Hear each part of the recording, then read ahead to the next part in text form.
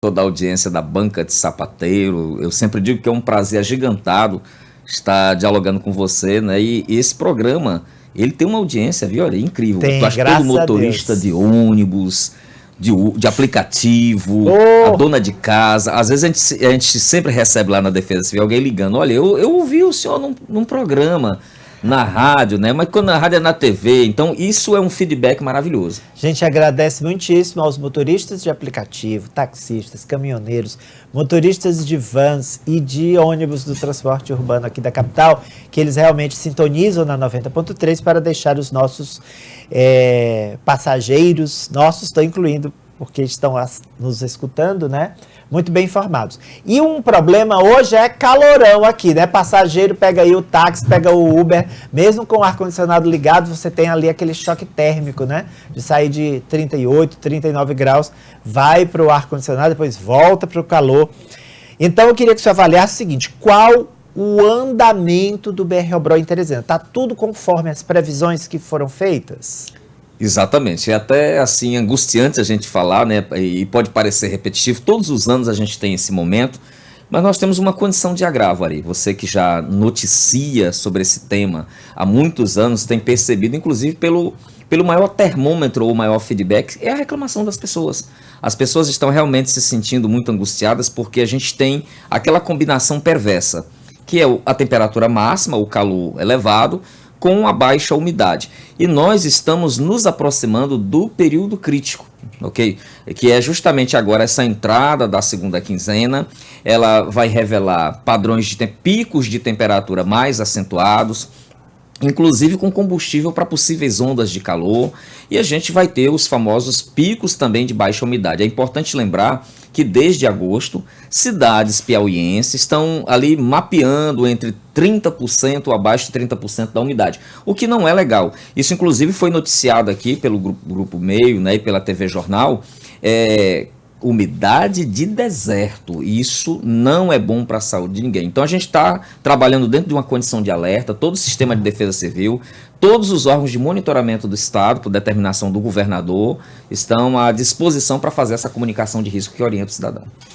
Professor Ayrton Costa, você tem agora, o piauiense, né, o teresinense tem agora, uma situação já bastante complicada. Então o senhor avalia o seguinte: na segunda quinzena de setembro, piora, e em outubro, piora ainda mais?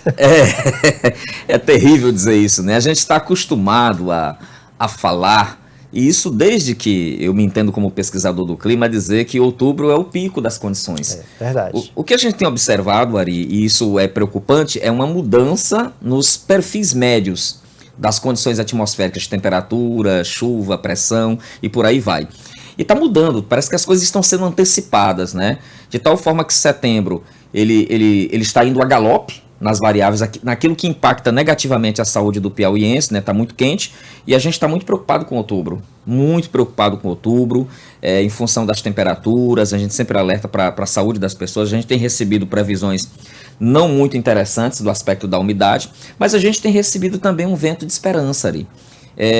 A gente não tem ainda período chuvoso, mas a gente já tem indicativos, por exemplo, que pelo menos lá no extremo sul do estado a gente pode ter, como dizia minha avó, uns caroços de água, ou seja, pode serenar. No sul chega mais cedo, né, chuvoso. Mas aqui na capital, no norte, aqui é calorão. É calorão, pode esperar que tem muito calor. Professor, aí novembro também é um mês quente, costuma ser quente. Tem alguma novidade para este ano?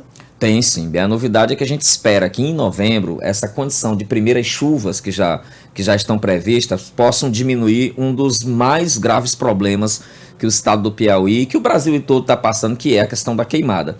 Essas primeiras chuvas de novembro, mesmo elas se figurando, ainda que abaixo da média, Ari, elas vão compensar essa questão da umidade do solo, vão aumentar a umidade do ar e vão atuar como um mecanismo redutor de queimadas. Então a gente está na torcida que as predições elas se confirmem. Hoje a Defesa Civil, o Piauí, está muito bem servido de monitoramento, além do monitoramento federal, que todas as redes de comunicação já replicam, do INMET, do CPTEC, tem a sala de situação da SEMAR, tem o Centro de Gerenciamento de Desastres da Defesa Civil. Então hoje nós não podemos, por exemplo, dizer que não sabíamos, que não existia indicativos que iria acontecer. No quesito informação, nós estamos bem municiados. E o que a gente tem aí, a sinalização é que haverá um incremento dessas variáveis, a partir agora dessa segunda quinzena de setembro. A gente tem a expectativa que essa condição permaneça até pelo menos o começo da segunda quinzena de outubro em padrão grave, em padrão de alerta,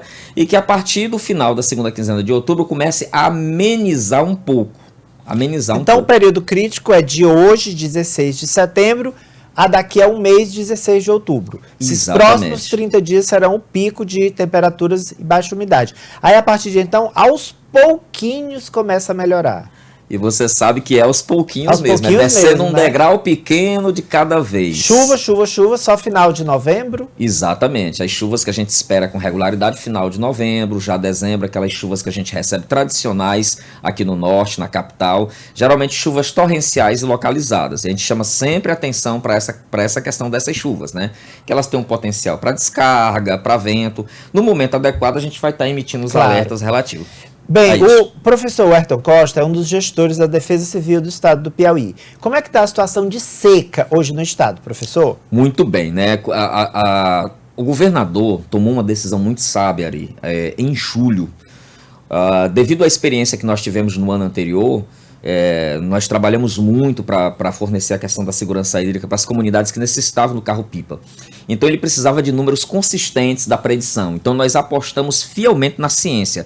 Eu acho que a gente não pode abrir mão das ferramentas científicas jamais, né? A gente tem toda uma onda de negacionismo e o governador disse, veja na ciência, veja na predição qual o cenário de seca que nós teremos daqui, vamos dizer assim, a uns 60 dias. Então quando o governador fez aquela aposta, e que nós lançamos o primeiro decreto de reconhecimento, nós ancoramos esse decreto no monitor de secas do Brasil e nos dados que foram coletados tanto pela SEMAR quanto pela Defesa Civil.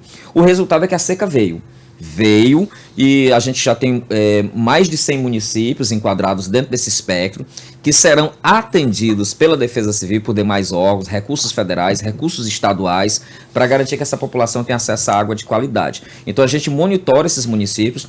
Se ocorrer um aumento da mancha de seca, se novos municípios adentrarem com esse pleito, né, de assistência, então o governador já garantiu que há recursos disponíveis para incorporar mais municípios dentro das notas e das ações governamentais. Então hoje é quase 50%, né, mais de 100 cidades, quase 50% do estado vive essa situação, essa condição de seca. E agora, na parte final da entrevista, vamos falar dos focos de incêndio. A gente sempre noticia aqui que o Piauí está sempre entre os 4, 5, com mais focos de incêndio na região Nordeste. Em todo o Brasil a situação é um pouco melhor em relação aos demais estados, mas aqui no Nordeste a gente está aí sempre no top 5, top 4. Qual é a situação hoje, professor Ayrton? Olha, é fato que realmente o Brasil todo queima, né? A gente está vivendo uma crise gravíssima no Brasil que precisa ser repensada, que precisa ser avaliada. No estado do Piauí a gente tem aqueles focos tradicionais, Ari, que ocorrem ali na faixa serradeira, na faixa sertaneja, mas nós vamos trabalhar um pouco com as estatísticas do INPE. Nós estamos bem aquém do ano passado em termos de números. Se a gente considerar, por exemplo, que nós registramos em agosto 1.489 focos. Nós ficamos abaixo da média histórica, que é de 1.679. Ou seja, nós temos as queimadas reiteradas naquelas áreas, mas nós não estamos ultrapassando a média. E já nesse mês de setembro, por exemplo, sim, nós estamos, até o presente momento, com 1.808 focos. Nós estamos numa crescente, estamos realmente proporcionalmente com muito mais foco que todo mês de agosto, né? Isso é natural porque cresce muito rápido, mas veja bem, a média para esse período é de 3.017 focos. Então isso nós podemos computar dentro de um cenário climático mais grave, as políticas que estão sendo executadas pelos municípios, através das brigadas, as políticas preventivas do Corpo de Bombeiros e da SEMAR. A gente tem que parabenizar aqui ao programa de brigadas, a gente tem que parabenizar aqui ao trabalho feito pelas defesas civis municipais, e eu quero parabenizar aqui o trabalho feito por vocês, que estão noticiando diuturnamente os perigos que as queimadas oferecem. Nós não estamos numa zona de conforto, está queimando. O ideal Sim, é que claro. nós não chegássemos a um patamar crítico. Mas eu devo aqui confortar um pouco o nosso produtor, o nosso munícipe, né, do interior, que nós estamos abaixo da média e a nossa luta é para manter isso dentro de um patamar de segurança.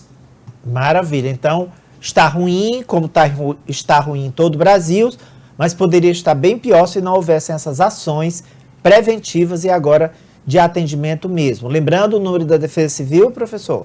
Nós estamos nos municípios com 199, né? Mas nós temos um número aqui, a gente até mudou o número, eu vou pedir licença Sim. aqui só para Pode, não, à localizar vontade. por um minutinho Claro. aqui. O número de contato.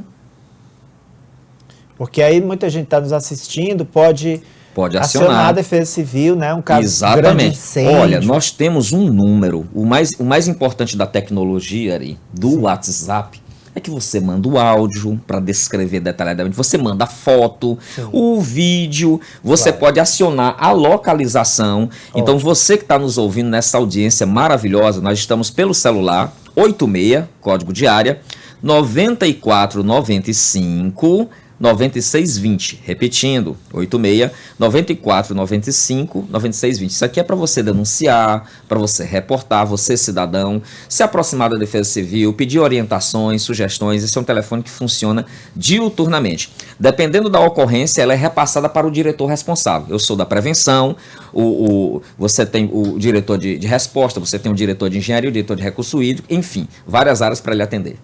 Muito bem, eu quero agradecer a presença aqui do climatologista e gestor da Defesa Civil do Estado do Piauí, professor Ayrton Costa. Muito obrigado, professor. Muito líquido o dia todo, evite a exposição direta ao sol aí de 10 da manhã às 5 da tarde, passe protetor solar, use chapéu, boné, protetor labial também se você puder, e boa sorte nos próximos 30 dias. Obrigado, professor. Show de bola, meu querido, suas dicas. Um abraço. Vamos conferir então a reportagem do Felipe sobre as queimadas em todo